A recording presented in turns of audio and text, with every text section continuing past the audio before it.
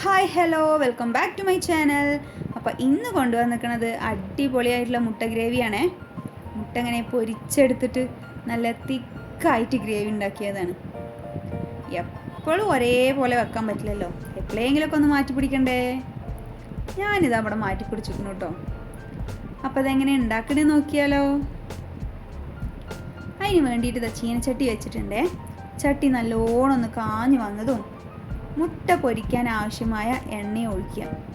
എണ്ണ നല്ലോണം ഒന്ന് കാഞ്ഞു വരട്ടെ. ചീനച്ചട്ടി തന്നെ വെക്കണേ, ദോശക്കല്ല് വെച്ചാൽ മുട്ട പരന്നു പോകും. നമുക്കൊരു ഉരുണ്ട ഷേപ്പിലല്ലേ വേണ്ടത്, അതുകൊണ്ട് ചീനച്ചട്ടിയിൽ എണ്ണ ഒഴിച്ച് പൊരിച്ചെടുക്കാം.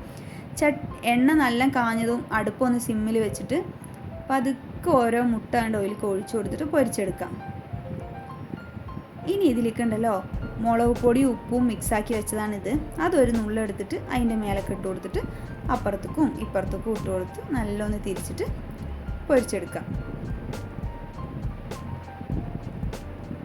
ചട്ടി നമ്മുടെ എണ്ണ ചൂടാറിയാലേ നമുക്കൊന്ന് മീഡിയം ടു ഹൈ ഫ്ലെയിമിലിട്ടിട്ട് പൊരിച്ചെടുക്കാം കേട്ടോ.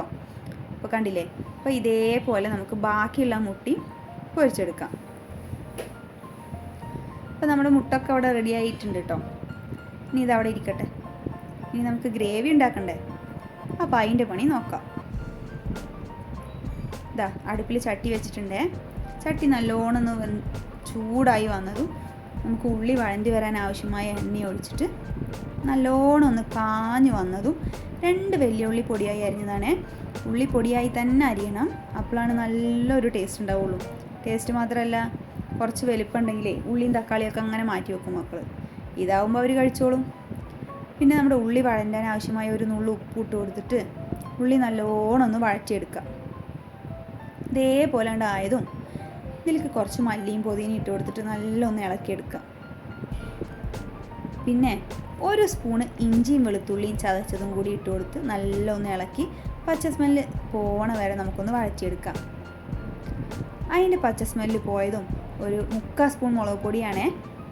നമ്മൾ മുട്ട പൊരിക്കുമ്പോൾ ഇട്ടിക്കണമല്ലോ, അതുകൊണ്ട് ഞാൻ 3/4 സ്പൂൺ ഇട്ടിട്ടുള്ളൂ.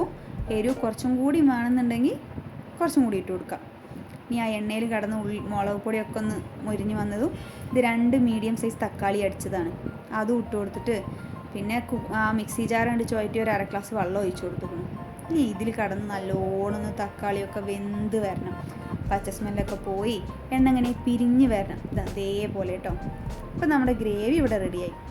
ഇനി നമ്മൾ പൊരിച്ച് വെച്ച മുട്ട ഉണ്ടല്ലോ ഇതിൽ കണ്ടിട്ട് കൊടുക്കണേ. അപ്പോൾ കണ്ടില്ലേ, നല്ല തിക്കായിട്ട് വന്നിക്കണ്. അപ്പോൾ നമ്മുടെ മുട്ടകളിനെ ഓരോന്നിനെ പതുക്കെ അതിലേക്ക് വെച്ചിട്ടൊന്ന് സെറ്റാക്കി എടുക്കാം. ഇനി ഇതുണ്ടല്ലോ ഒന്നൊന്ന് പതുക്കെ അമർത്തി കൊടുക്കണേ, നല്ലോണം അമർത്തണ്ട. ലൈറ്റായിട്ടൊന്ന് തള വരുന്ന സമയത്തുണ്ടല്ലോ പതുക്കെ നമ്മൾ അപ്പുറത്തേക്കും ഇപ്പുറത്തേക്കൊന്ന് മറിച്ചിട്ട് കൊടുക്കണം. അത് നമ്മുടെ ഫ്ലെയിം ഫുൾ ഫ്ലെയിമിലാക്കി വെക്കണേ. എന്നിട്ട് പതുക്കെ ഒന്ന് തിരിച്ചിട്ട് കൊടുക്കാം. ഇനി ആ മസാലയിൽ കിടന്നിട്ടൊന്ന് കുളിച്ചിട്ട് വരട്ടെ നമ്മുടെ മുട്ട. ഇനി മൂടി വെച്ചിട്ടുണ്ട്, ഒരു 1 മിനിറ്റ് ഇതിങ്ങനെ ഇരിക്കട്ടെ കേട്ടോ. അടുപ്പ് സിമ്മിലാണേ. ഇപ്പോൾ കണ്ടില്ലേ, നമ്മുടെ മുട്ട ഒക്കെ നല്ലൊന്ന് റെഡിയായി വന്നിട്ടുണ്ട്. ആ ഗ്രേവിയിൽ കിടന്നൊന്ന് കുളിച്ച് വന്നിട്ടുണ്ട് നമ്മുടെ മുട്ട. നല്ല തിക്കായിട്ട് ആ മസാലയൊക്കെ നല്ലൊന്ന് കുറുകി വന്നിട്ടുണ്ട്. അപ്പോൾ നമ്മുടെ മുട്ട മസാല ഇവിടെ റെഡിയായി. അടിപൊളി ടേസ്റ്റാണ് കേട്ടോ. അപ്പോൾ എല്ലാവരും ഒന്ന് ട്രൈ ചെയ്ത് നോക്കണേ. ട്രൈ ചെയ്ത് മാത്രം നോക്കുകയല്ല, നിങ്ങളുടെ അഭിപ്രായങ്ങൾ പറയുക. വീഡിയോ ഇഷ്ടപ്പെട്ടാൽ ലൈക്ക് ചെയ്യുക, ഷെയർ ചെയ്യുക. സബ്സ്ക്രൈബ് ചെയ്യാത്തവരാണെങ്കിൽ സബ്സ്ക്രൈബ് ചെയ്യുക. വീണ്ടും നമുക്ക് വേറൊരു വീഡിയോയിലേക്ക് കാണാം.